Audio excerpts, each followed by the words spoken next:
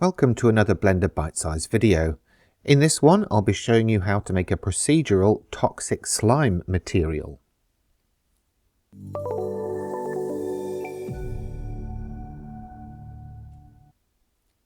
Just before we start, let me remind you I'll be using Blender 4.2 long-term support, Windows 11, NVIDIA graphics card, Cycles render engine and a custom startup file.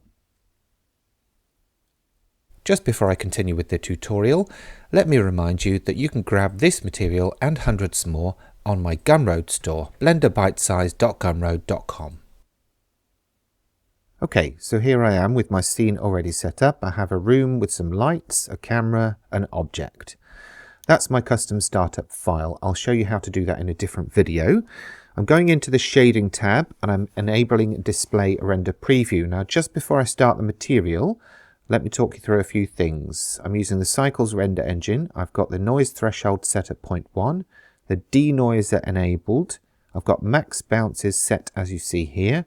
I've got reflective and refractive caustics enabled. Fast GI approximation with 2 viewport bounces, 1 render bounce. And I've got distance culling and camera culling going on in the simplified tab as well. These are important because they will help not overload your graphics card. Now, to start off, I am going to add a couple of modifiers to my object. These may not apply if you're using a different object, but I'm using the monkey head, Suzanne. So I do find that I need a bit of subdivision, otherwise she's a bit blocky. So we'll go in, we'll search for subdivision surface, apply that, set the viewport levels to 3 and the render to 3 as well. We're also going to add a displace modifier. That's a deformation. And we're going to leave these settings as they are. Then we're going to go in and change the strength to minus 0.05. Now, I don't know whether you saw up in the top left corner, but she was a bit bloated until we changed that. We're then going to apply a new texture, change that to Voronoi, and then we will leave all of these settings as they are. So you can see them there. If there's anything different on yours, then just adjust to match what you've got here. So you can see this has created the sort of blobby look of the slime. That doesn't come as part of the actual material itself. You need to create that with the modifiers. So we'll select the object and apply a new material. And then we'll start making some changes, and I'll leave you a sliver of the view at the top so you can see what's happening as we make changes. Now I'm going to adjust the alpha to 0.99, so there's just a tiny bit of see-through. I'll change the index of refraction to 1.51. Subsurface I'm going to enable by changing the weight to 1, and I will set it as random walk. And I'll change the scale to 0.5. This is basically the way the light goes through the surface of the material and bounces around in the object. The specular index of refraction I'm going to increase to 0.75. Transmission I'm going to put up to 95 or 0.95, so we've got some translucency going on as well. And then to bring back some glossiness, I'm going to add a 0.25 value on the coat.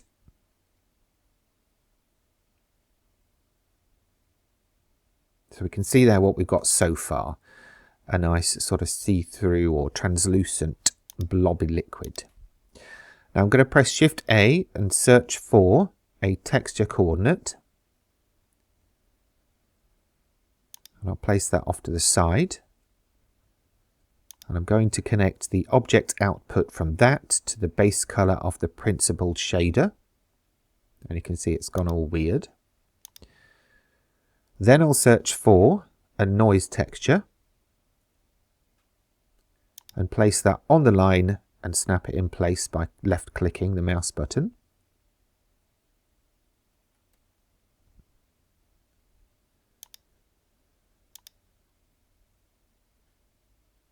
Next up, we're going to get a mix color node and drop that down here.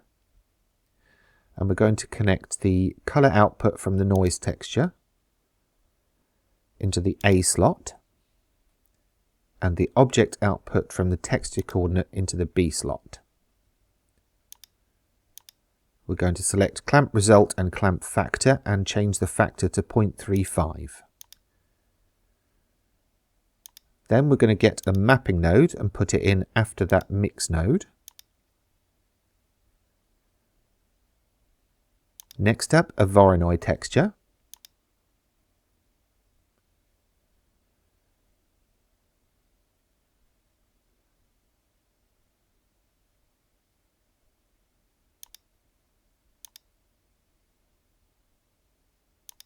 Then an ambient occlusion node.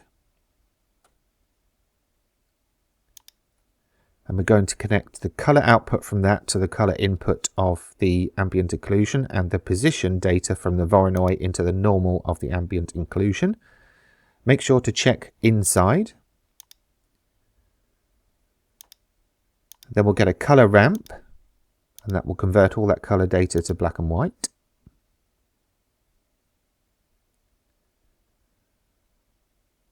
But we need to bring some color back, so we'll do that on this color ramp.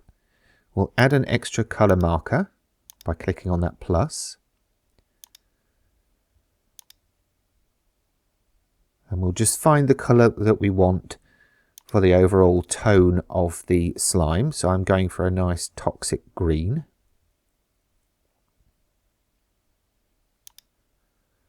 But we're keeping the value quite low to keep it quite dark.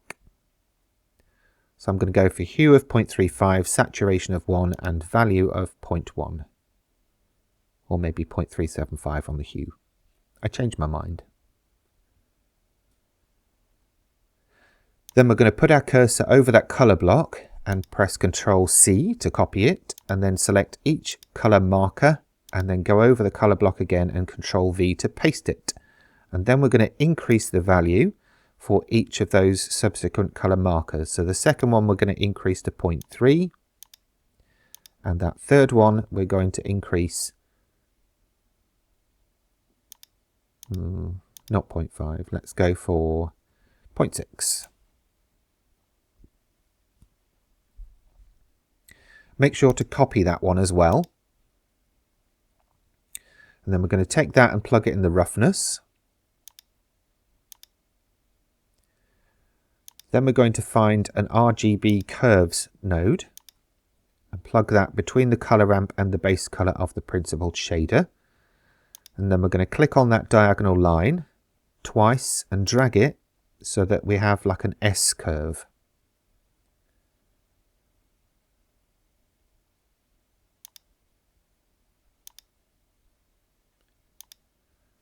Next up, we're going to get a mix color node again. And we're going to change the factor to 0.65, and we're going to paste that green color that we copied from the color node earlier into this B slot. And we're going to go up to that brightness. In fact, we're going to go a little bit more with the value and a tiny bit less with the hue, just to give us that real toxicity in that toxic slime.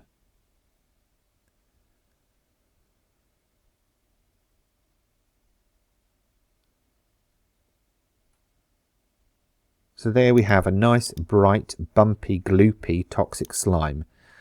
And I'm just going to cycle through each of these nodes, isolating them as I go, so you can see what's happening with each as it passes through. This ambient occlusion one is slightly difficult to show you because it's actually got two inputs from that Voronoi texture, but you can actually see the output there.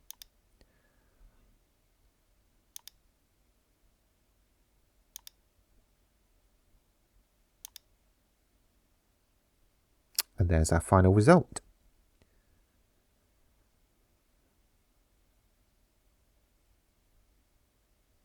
So let's just double check a couple of things. So reminder, we've got the threshold at 0.1 because we're using translucency.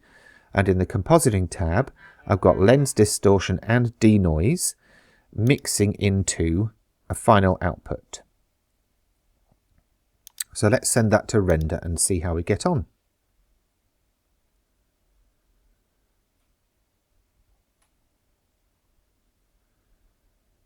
Okay, so we had about 12 seconds there for a final render, which is not too bad considering that we're using translucency and transparency. But you can see there it's a nice gloopy toxic slime, which was what we were aiming for.